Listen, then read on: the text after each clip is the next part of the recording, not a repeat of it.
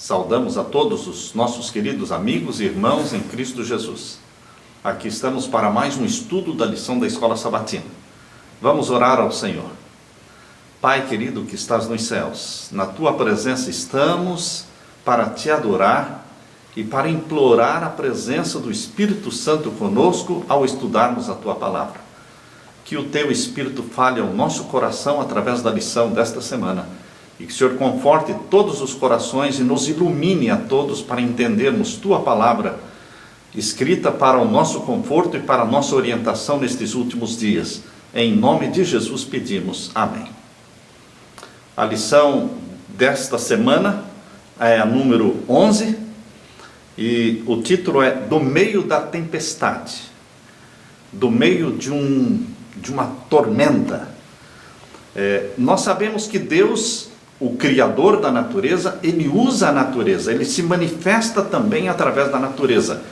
Alguém já falou que a natureza é o segundo livro de revelação divina.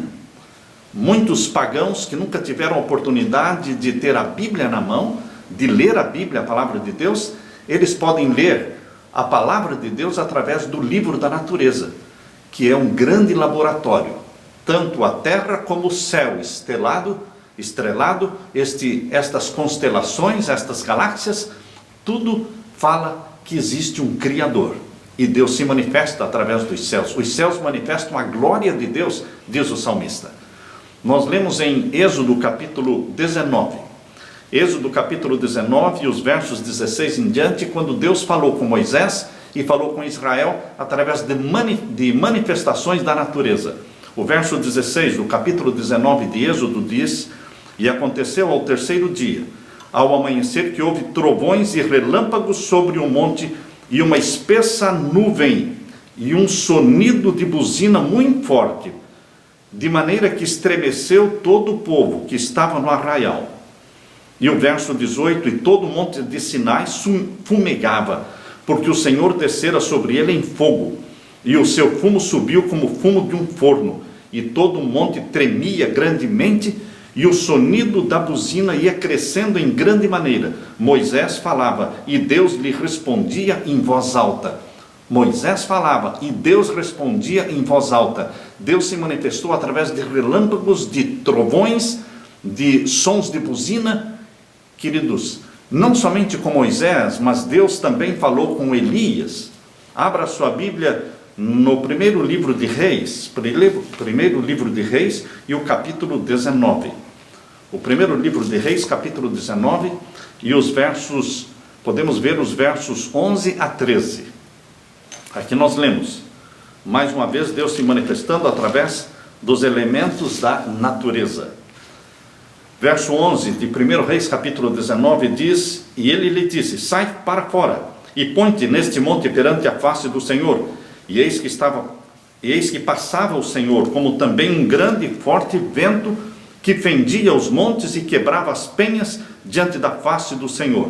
Porém o Senhor não estava no vento, e depois do vento um terremoto, também o Senhor não estava no terremoto, e depois do terremoto um fogo, porém também o Senhor não estava no fogo, e depois do fogo uma voz mansa e delicada. E sucedeu que, ouvindo-a, Elias envolveu o seu rosto na sua capa, e saiu para fora, e pôs-se à entrada da caverna. E eis que veio a ele uma voz que dizia: Que fazes aqui, Elias?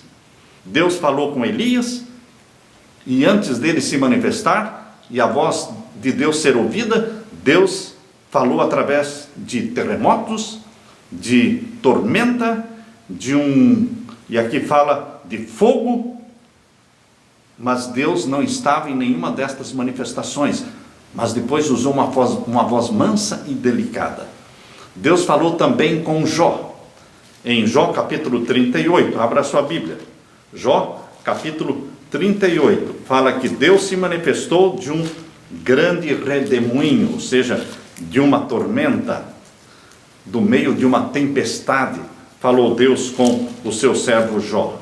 Abra sua Bíblia, em Jó 38, e o verso 1. Depois disto, o Senhor respondeu a Jó de um redemoinho e disse... O livro do Apocalipse mostra também Deus se manifestando através de relâmpagos, terremotos e saraivas. Queridos, por que Deus se manifesta Por que Deus usa os meios e os elementos da natureza? Porque Deus, o Criador, Ele faz com que as obras da criação revelem o seu poder como Criador. Vamos para a parte de domingo da lição, que fala do meio da tempestade.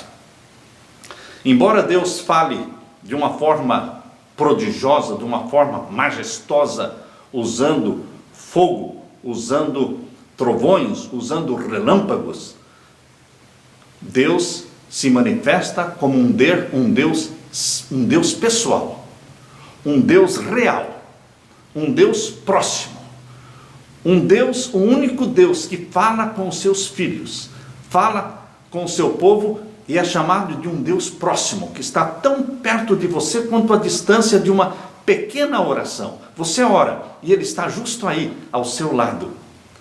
Eliú, o quarto amigo de Jó, ele falou de um Deus distante, que só aparecia para corrigir e para fazer justiça.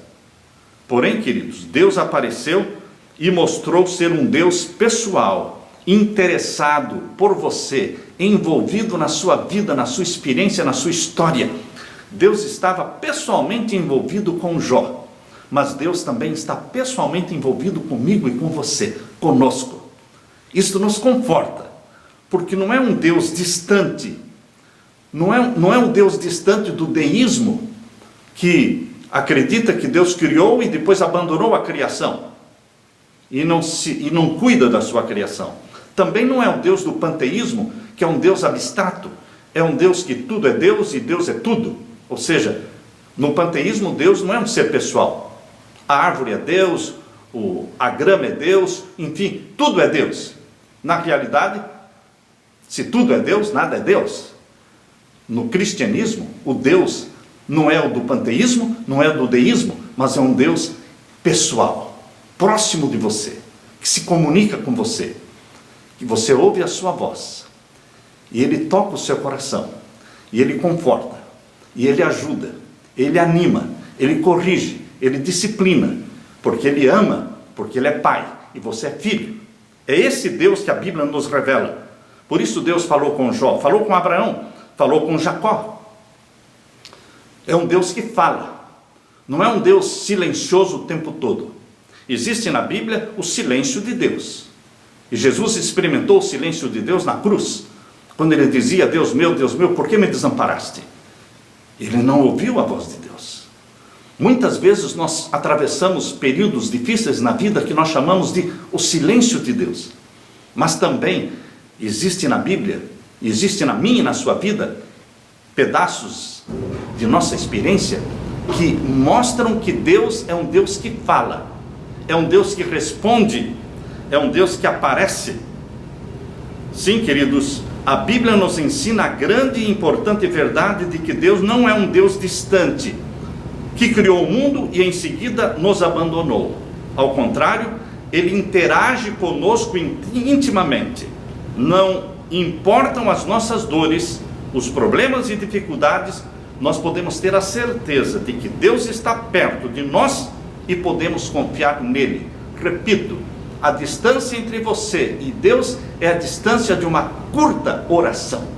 Você ora e Ele está justo aí, te ouvindo, consolando. Na parte de segunda-feira, a pergunta de Deus. O nosso Deus, o Deus da Bíblia, que veio ser revelado através do seu Filho Jesus Cristo, porque Jesus é o rosto de Deus, é o rosto conhecido de Deus, é o rosto que foi beijado pelas crianças, é o colo que recebeu as crianças, é o braço e a mão que levantou pessoas como a mulher adúltera, que acariciou, que passou a mão na cabeça daqueles que estavam desanimados. Queridos, esse Deus é um Deus que pergunta, e cada pergunta que Ele faz é uma pergunta que está diretamente envolvida com a nossa experiência. Deus não faz perguntas abstratas, perguntas sem sentido, e Deus também não faz pergunta porque não sabe a resposta. A pergunta de Deus é uma pergunta inteligente, É uma pergunta profunda. Quando Deus pergunta, Ele quer nos conscientizar da nossa situação. Quando Deus pergunta, Ele quer nos fazer refletir no nosso pecado. Por isso nós encontramos muitas perguntas de Deus, que nos ensinam, nos fazem refletir em nossa situação, e a pergunta de Deus tenta nos convencer da nossa ignorância. Perguntas que nos emudecem, porque não temos a resposta, como aconteceu com Jó. Ele não tinha resposta para as perguntas feitas por Deus. Então foram perguntas que mostraram quão ignorantes nós, seres humanos, somos. Nós que pensamos saber muito, a pergunta que Deus faz mostra que nós não sabemos nada, nada. Em toda a Bíblia vemos Deus fazendo perguntas ao ser humano. Deus não faz perguntas porque não sabe as respostas. Em vez disso, como um bom professor, muitas vezes ele faz pergunta porque elas são uma forma eficaz de nos fazer pensar na nossa situação. As perguntas de Deus são um artifício retórico para ajudar a alcançar as pessoas com a verdade. Cada pergunta de Deus é tema para escrever um livro de pelo menos 300, 400 páginas. Cada pergunta que nós encontramos aqui na lição de segunda-feira, Gênesis capítulo 3, verso 11, Deus perguntou para Adão: quem te mostrou que estavas nu? Quando Deus olhou nos olhos de Adão e disse: Adão, você falou que fugiu porque estava nu. Eu pergunto: quem te mostrou que você estava nu? Isso dá um livro, isso é tema para um livro. Outra pergunta, Gênesis 4:9, quando Deus perguntou para Caim: Caim, onde está o teu irmão? Era para fazer Caim refletir no pecado que ele cometera. E a pergunta de 1 Reis, capítulo 19, o verso 9, quando ele perguntou para Elias: que fazes aqui? Você tem uma missão, Elias? Eu tenho uma missão para você, você é meu filho, eu sou seu pai. Você nasceu para cumprir a missão do seu pai. E agora você está escondido aqui na caverna. Que fazes aqui? O campo está lá fora, a seara está lá fora, o povo que precisa está lá fora. Que fazes aqui? Levanta-te e vai e cumpre a missão. Perguntas inteligentes. E a pergunta de Atos capítulo 9, verso 4: Saulo, Saulo, por que me persegues? Por que me persegues? Uma pergunta que converteu o coração de Saulo. Uma pergunta que quebrou o orgulho de Saulo. Uma pergunta que fez com que ele respondesse: que queres que eu faça, Senhor? Foi ali que nasceu, em resposta à pergunta de Deus, nasceu o Paulo, o prisioneiro de Jesus Cristo, o apóstolo dos gentios. E então a pergunta de Mateus capítulo 16, verso 13, quando Jesus disse: quem dizem os homens ser o filho do homem?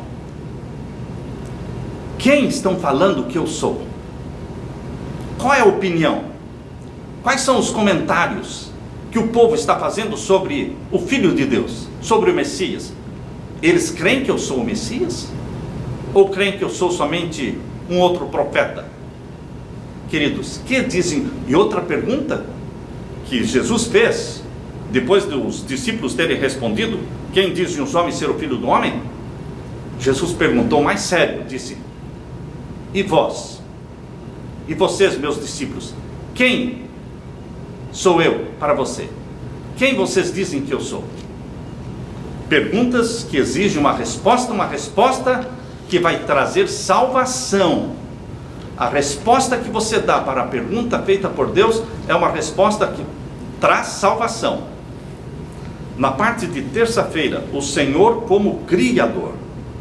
As perguntas de Jó, capítulo 38, convenceram a Jó e convencem a todos nós de quão pouco nós sabemos sobre a natureza, sobre os mistérios da criação.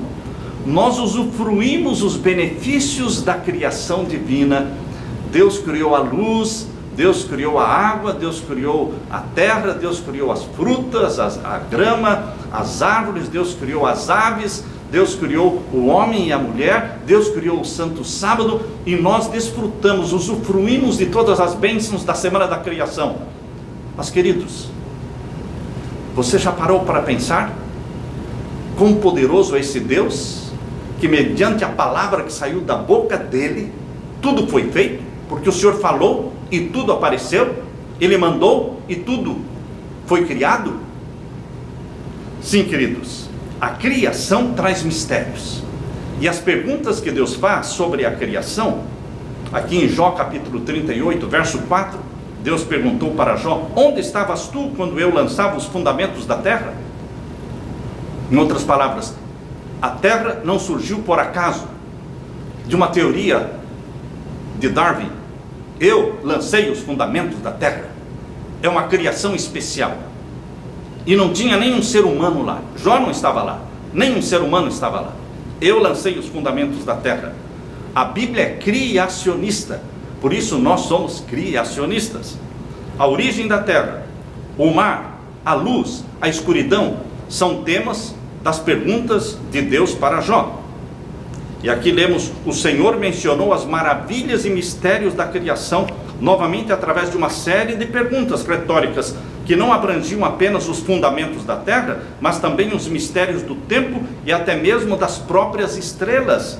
Deus perguntou em Jó 38, 31, poderás tu atar as cadeias do 7 estrelo ou soltar os laços do Órion?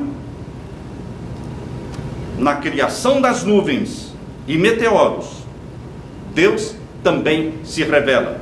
Até a vida dos animais selvagens, Deus entrou na questão da vida dos animais selvagens, nas perguntas feitas. Nosso conhecimento, queridos, ele é tão pequeno, tão insignificante.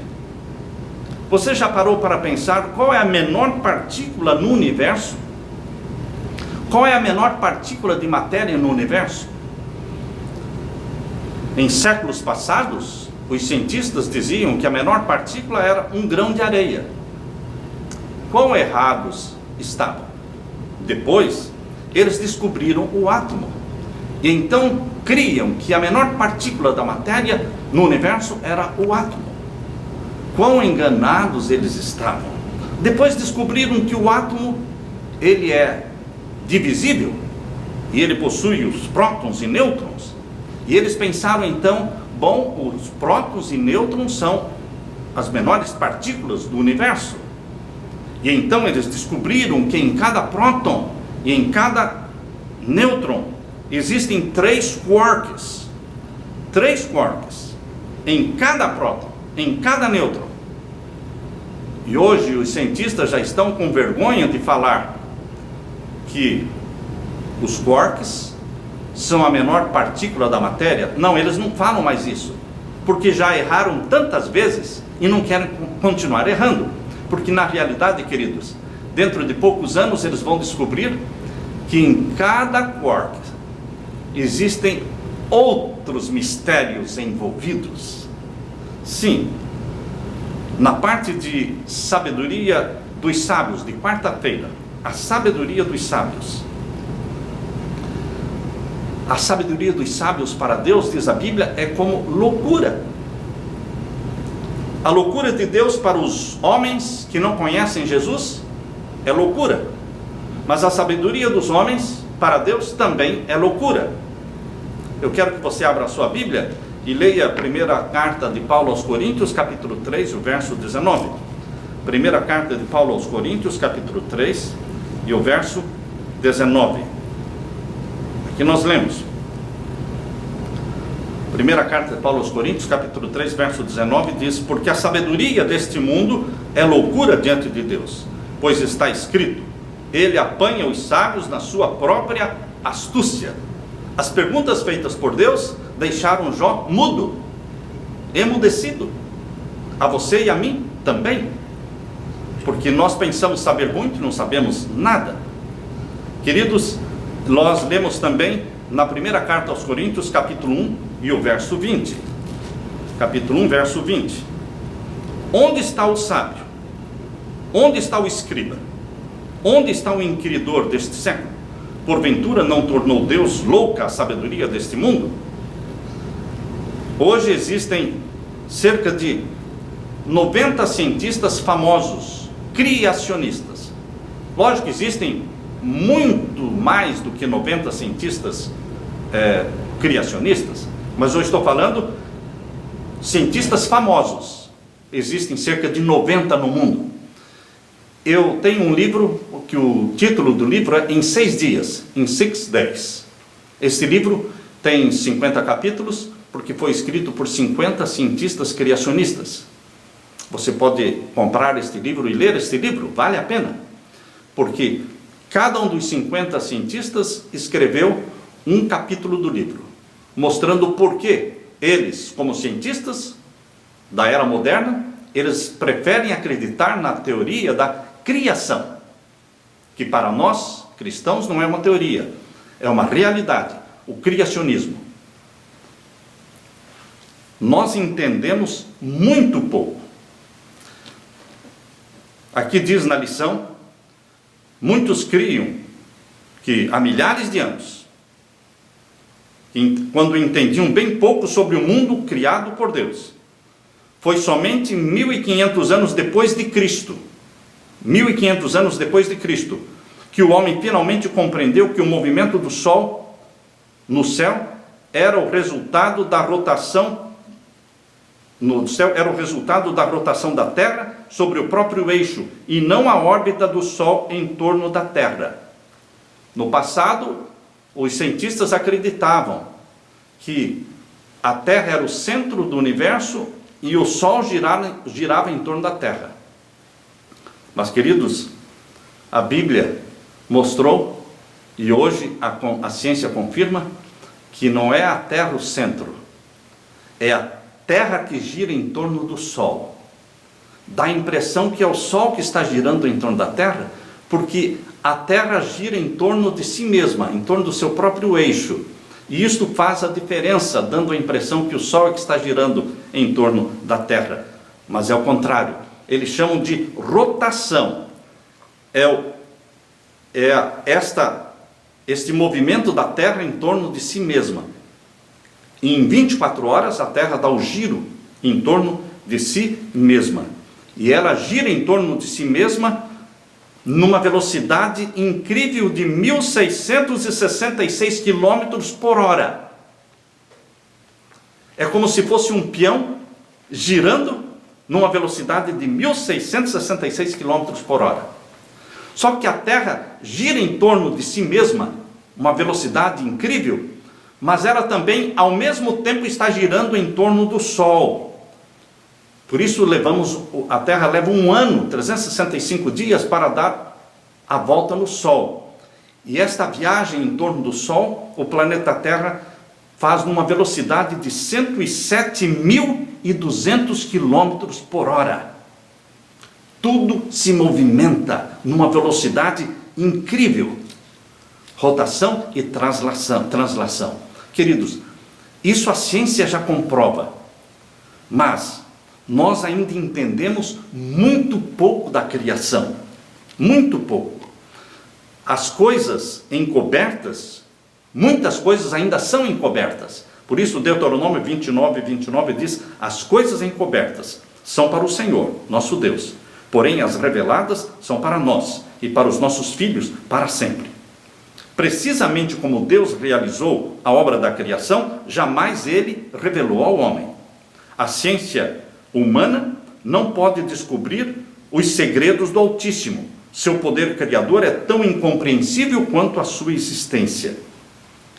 Mesmo com todo o conhecimento que o ser humano tem acumulado nos últimos séculos, a criação continua repleta de mistérios e maravilhas que mal podemos sondar. Quanto mais descobrimos sobre o mundo criado, mais surpreendente e misterioso ele parece para nós. Esse é o Deus da Bíblia, Criador dos céus e da terra. Existem mistérios numa gota d'água, existe mistério na lei da gravidade, existe mistério no vento, existe mistério no relâmpago, existe mistério, tudo que nos cerca é mistério. Nós conhecemos um pouquinho só, um pouquinho. É como aquele menino chegando para sua mamãe e dizendo, mamãe, por que a vaca preta come capim verde e produz leite branco? Como é que a mãe ia dar a resposta? A vaca preta come capim verde e produz leite branco. Parece uma coisa tão simples, não é? Tão simples. Queridos, na parte de quinta-feira, arrependendo-se no pó e na cinza. Esta lição de quinta-feira mostra o quê? A indignidade humana quando na presença divina. Alguém pode parecer muito santo aos seus próprios olhos quando está longe de Deus, longe da luz. Mas quando ele se expõe à luz, que é Jesus, Jesus disse: eu sou a luz que veio ao mundo. Quando nós nos expomos à luz, que é Jesus, quando nós estamos perto da luz, que é Jesus, nós nos vemos como pessoas defeituosas. Nós vemos nossos defeitos de caráter. Nós nos sentimos indignos. Alguém que se considera bom, sim, ele está longe de Deus, mas na presença de Deus ninguém é bom, porque Deus é o Santo de Israel. Nos sentimos indignos, impuros. Por isso nós encontramos na lição de quinta-feira os textos de Isaías, capítulo 6, versos 1 a 5. Convido você para abrir a sua Bíblia. Esse foi o sentimento de Jó, quando Deus apareceu e falou com ele. Ele se sentiu imundo, ele se sentiu indigno. A indignidade humana é algo que o Espírito Santo nos impressiona quando estamos na presença de Deus. Nós vamos ser salvos e estamos sendo salvos, não porque somos dignos, mas porque Deus é digno. Deus é digno. E pela dignidade de Jesus Cristo, nós somos feitos herdeiros do novo céu e da nova terra. Mas diante de Deus, nós sentimos nosso pecado. Quem está longe de Deus não sente o seu pecado, não se sente pecador. Isaías capítulo 6, verso 1 em diante, diz: no ano em que morreu o rei Uzias, eu vi ao Senhor assentado sobre um alto e sublime trono, e o seu séquito enchia o templo. Os serafins estavam acima dele, cada um tinha 6 asas, com 2 cobriam os seus rostos, e com 2 cobriam seus pés, e com 2 voavam, e clamavam uns para os outros, dizendo: Santo, Santo, Santo é o Senhor Deus dos exércitos, toda a terra está cheia da sua glória. E os umbrais das portas se moveram com a voz do que clamava, e a casa se encheu do fumo. Então disse eu: ai de mim que vou perecendo, porque eu sou um homem de lábios impuros, e habito no meio de um povo de impuros lábios, e os meus olhos viram o Rei, o Senhor dos exércitos. E o verso 6, mas um dos serafins voou para mim, trazendo na sua mão uma brasa viva que tirara do altar com uma tenaz, e com ela tocou a minha boca e disse: eis que isto tocou os teus lábios, e a tua iniquidade foi tirada, e purificado o teu pecado. Depois disto ouvi a voz do Senhor que dizia: a quem enviarei? E quem há de ir por nós? Então disse eu: eis-me aqui, envia-me a mim. Na presença de Deus, Isaías, o profeta, o filho de Deus, se sentiu indigno, impuro, pecaminoso. É assim que nos sentimos. Mas também na presença de Deus nos sentimos purificados, salvos, perdoados, justificados. Porque Deus não nos deixa caídos. Deus não nos deixa em nossos pecados. Ele nos purifica, Ele nos salva dos nossos próprios pecados. Sim, na presença de Deus existe a indignidade humana, mas na presença de Deus existe também o perdão, porque Ele coloca a mão dele sobre você. Ele cobre você com o manto da justiça de Jesus Cristo, e Ele diz: teu pecado está perdoado. Meus queridos, na presença de Deus, em Lucas capítulo 5, verso 1, quando Jesus Cristo apareceu para Pedro, Pedro disse: eu não sou digno, ausenta-te de mim, porque eu sou um homem pecador. O que é importante, irmãos, é não perdermos essa indignidade nossa, a nossa pecaminosidade, mas mais importante do que isso, é não perdermos de vista que na presença de Jesus Cristo, nós seremos purificados pelo sangue dele, salvos, santificados, receberemos dele a santidade dele, receberemos na nossa testa o nome dele, santidade ao Senhor. Como no caso de Isaías, como no caso de Pedro, também como no caso de Jó, Jó se arrependeu das suas perguntas e se humilhou diante do Senhor, arrependendo-se no pó e na cinza. Jó 42, verso 6 diz que Jó se arrependeu no pó e na cinza. Sim, assim como Jó, assim como Pedro, assim como Isaías, um vislumbre da santidade e do poder de Deus foi suficiente para fazer com que eles se humilhassem com um senso de sua pecaminosidade. O que é importante para não perdermos a sanidade é evitar o dogmatismo. Queridos, nós, como seres humanos, temos a tendência de dogmatizar as coisas. Nós deveremos reconhecer nossa finitude, nossa pequenez. Não só a indignidade humana, mas reconhecer também a nossa pequenez de conhecimento. Então, não dogmatizar. Nós devemos evitar algumas frases, como esta: está provado cientificamente. Não está provado nada, porque aquilo que a ciência prova hoje, ela desmente amanhã. Outra frase: isso não é científico. Pode não ser científico hoje, mas pode ser científico amanhã. Outra frase: o que vocês estão falando é completamente absurdo. Pode parecer absurdo. Muitas coisas que a Bíblia fala parecem absurdas, mas um dia a ciência vai confirmar, porque a verdadeira ciência comprova a Bíblia. Quando há dúvida entre a ciência e a Bíblia, fique com a Bíblia, porque a ciência muda, a Bíblia não muda. A palavra de Deus permanece para sempre. Eu gostaria de convidar você para que leia 1 João. Abra sua Bíblia na primeira carta de João, capítulo 2, verso 17. Primeira carta de João, capítulo 2 e o verso 17. Aqui diz: o mundo passa. Eu posso dizer, a ciência passa, o mundo passa, e a sua concupiscência, mas aquele que faz a vontade de Deus permanece para sempre. Existe uma permanência eterna? Sim, em Deus, não na ciência, não no conhecimento humano. Quantas vezes mais os cientistas terão que falar: ah, nós estávamos errados, agora sim nós temos a certeza. Só que estes que dizem agora sim nós temos a certeza, finalmente, dentro de poucos anos vão dizer: ah, nós erramos de novo. Como diz aqui Alfred North Whitehead, este está na lição da Escola Sabatina. No entanto, em face disso, os inventores das novas hipóteses de ciência estão declarando: agora finalmente temos certeza. Mas, queridos, certeza de quê? O conhecimento nosso é progressivo, e à medida que vamos crescendo no conhecimento, vamos mudando conceitos. Só uma coisa que não muda: Deus. Deus é permanente, eterno, incriado, e nós que fazemos a vontade de Deus vamos permanecer eternamente com Ele. A ciência de ontem é desmentida pela ciência de hoje, que pode, por sua vez, ser destronada pela ciência do amanhã.